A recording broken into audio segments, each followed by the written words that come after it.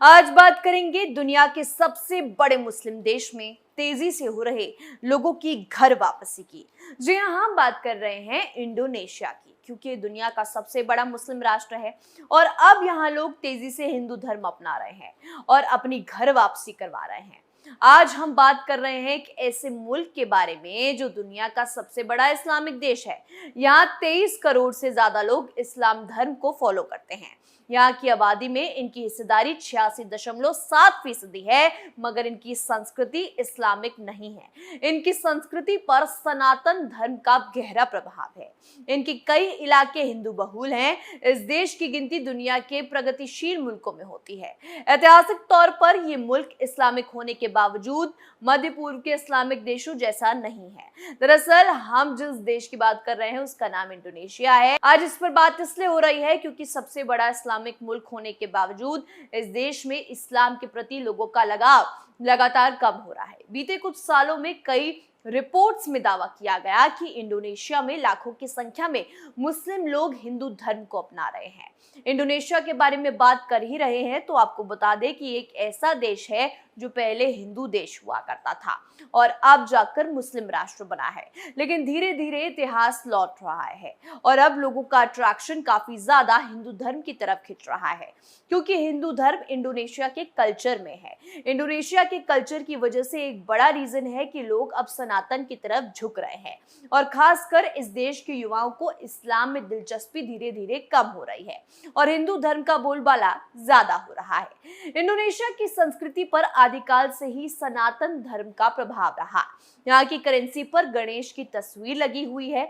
इसके साथ ही यहाँ मुस्लिम लोग सनातन संस्कृति के बहुत करीब हैं। यहाँ का बाली द्वीप हिंदू बहुल है। यहाँ पर रामलीला और बाकी हिंदू त्योहार भी धूमधाम से मनाए जाते हैं। यहाँ मुस्लिम लोग भी एक्सेप्ट करते हैं कि उनके एंसेस्टर्स यानी पूर्वज सनातनी थे और इस पर उनको प्राउड महसूस होता है। रही बात आबादी की, तो पूरे इंडोनेशिया के संदर्भ में देखें तो यहाँ हिंदुओं की कुल आबादी बहुत ज्यादा नहीं है। 2018 की जनगणना के अनुसार इंडोनेशिया में करीब 46.5 लाख हिंदू हैं। वैसे इनकी आबादी मुस्लिम समुदाय की आबादी की तुलना से ज्यादा बढ़ रही है। ये कुल आबादी के 1.74% है, जबकि 2010 में इनकी हिस्सेदारी 1.69% थी। ये सिर्फ बातें नहीं है बल्कि सच में इसकी झलक बार बार देखने को मिलती है। कैसे, तो आपको बता दें कि पिछले साल G20 जब इंडोनेशिया में हुआ तो तब इस बात का सीधा एग्जाम्पल मिला कि हिंदुत्व का बोलबाला आज कितना ज्यादा इंडोनेशिया में है। बात नवंबर 2022 की है, जिस इंडोनेशिया के बाली में G20 शिखर सम्मेलन पिछले साल हुआ, वो देवताओं का द्वीप कहा जाता है। इस क्षेत्र की आय का प्रमुख जरिया टूरिज्म है। वहां लगभग 40 लाख लोग रहते हैं, जिनमें से ज्यादातर हिंदू हैं। सबसे अच्छी बात तो यह है कि इस देश में इस्लाम सबसे बड़ा धर्म है, फिर भी वहां हिंदू संस्कृति का बोलबाला है।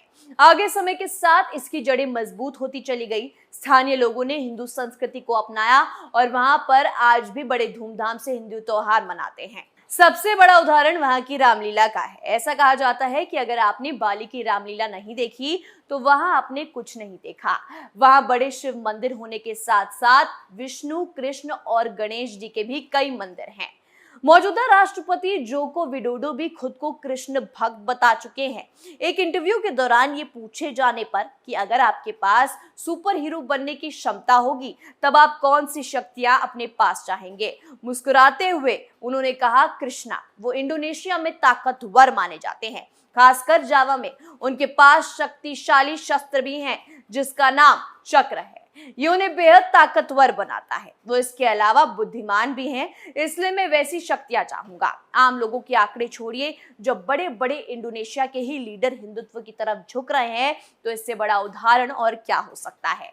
सिर्फ जोको ही नहीं बल्कि 2021 में एक ऐसी खबर सामने आई थी जिसने पूरी दुनिया को हिला दिया था। वहीं कट्टरपंथियों के सीने में भी सांप लौटने लगे थे, क्योंकि तब खबर आई इंडोनेशिया की राजकुमारी दिया मुटियारा 26 अक्टूबर 2021 को वापस हिंदू धर्म में लौट आई। कभी उनके कुल की एक राजकुमारी 1267 में धोखे से मुस्लिम बनी थी। अब इतिहास ने दोबारा करवट ली। जी हाँ, बात 2021 अक्टूबर की है।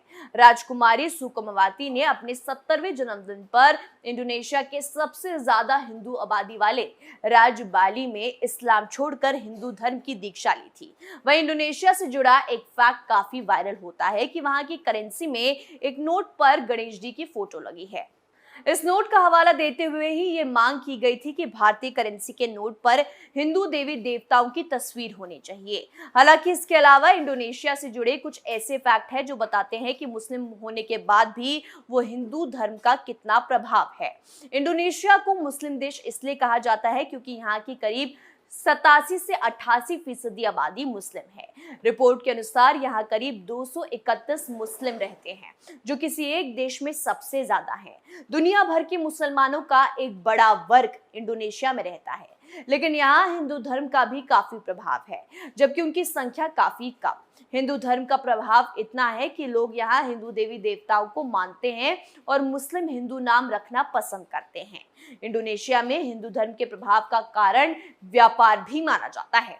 बीबीसी की एक रिपोर्ट के अनुसार 7वीं सदी में व्यापार की वजह से यहाँ श्री विजय साम्राज्य पनपा था और इसमें व्यापार की वजह से हिंदू और बौद्ध धर्म का प्रभाव देखने को मिला। इसके बाद यहाँ कृषक बौद्ध शैलेंद्र और हिंदू माताराम वंश आए, जिससे हिंदू और बौद्ध कला का यहाँ विस्तार हुआ। इस वजह से आज भी यहाँ उस दौर के कई स्मारक देखने को मिलते हैं। 13वीं सदी में भी हिंदू मजापति साम्राज्य की स्थापना हुई थी। इस वजह से आज से नहीं बल्कि कई सालों से यहाँ हिंदू धर्म का प्रभाव रहा है। बता दें कि भारत और इंडोनेशिया के रिश्ते हजारों साल पुराने हैं और ईसा के जन्म से पहले से ही भारत के लोग यहाँ आते जाते रहते हैं और इसी कारण से यहाँ की संस्कृति भारत से काफी मिलती जुलती है। अगर अभी हिंदुओं की संख्या की बात करें तो इंडोनेशिया की सिर्फ 2% आबादी हिंदू है। इंडोनेशिया में सिर्फ बाली द्वीप ही एक ऐसी जगह है जहाँ हिंदू बहुसंख्यक हैं, यानी मेजोरिटी में है। माना जाता है कि यहाँ 90% हिंदू रहते हैं, लेकिन हिंदू आस्था बाली द्वीप तक नहीं बल्कि पूरे इंडोनेशिया में फेमस है। जब भारत आजाद हुआ तब भी उसकी वजह से कई जगह में हिंदू मुस्लिम जैसे दंगे हुए, लेकिन इंडोनेशिया में ऐसा कुछ नहीं हुआ। इसके अलावा एजुकेशन, फाइनेंस, रोजगार के मामले में भी यहाँ हिंदू धर्म को मानने वाले लोग पीछे नहीं हैं। सिर्फ 5% हिंदू ही गरीबी की रेखा से नीचे अपना जीवन बिता रहे हैं। इंडोनेशिया में आज भी हिंदू धार्मिक बुक्स का काफी इंपॉर्टेंस है। कहा जाता है कि अगर इंडोनेशिया में महाभारत और रामायण का जिक्र करेंगे तो वो कहेंगे कि ये तो हमारे ग्रंथ है। इंडोनेशिया में आज भी रामायण को मंचन होता है और खास बात यह है कि इसमें हर वर्ग के लोग हिस्सा लेते हैं। साथ ही यहाँ के लोग भगवान राम समेत कई हिंदू देवी देवताओं की पूजा करते हैं। हिंदू धर्म का इतना प्रभाव है कि यहाँ के एक नोट पर भगवान गणेश की तस्वीर लगी है, जो वाकई हैरान कर देने वाला है। यहाँ मुस्लिमों के नाम के साथ ही हिंदू और संस्कृत के नाम का प्रभाव देखने को मिलता है। यहाँ तक कि बच्चों के नाम में भी हिंदू नाम रखे जाते हैं। इंडोनेशिया में काफी हिंदू मंदिर हैं जो टूरिज्म स्थल से कम नहीं है। इंडोनेशिया जाने वाले लोगों की घूमने के लिस्ट में इसका एक अहम प्लेस है। ऐसे तो ये देश अभी भी मुस्लिम देश ही है, बल्कि सबसे बड़ा मुस्लिम देश है, लेकिन कल्चर, लोग, पहनावा और तो और टूरिज्म में हिंदुत्व की झलक साफ दिखती है। तो अब सोचिए कि जब अभी तो आधी आबादी भी नहीं यानी 1 या 2% में हिंदुत्व का डंका बज रहा है, तो आने वाले समय में ये देश अगर हिंदू राष्ट्र बन जाएगा तो क्या होगा।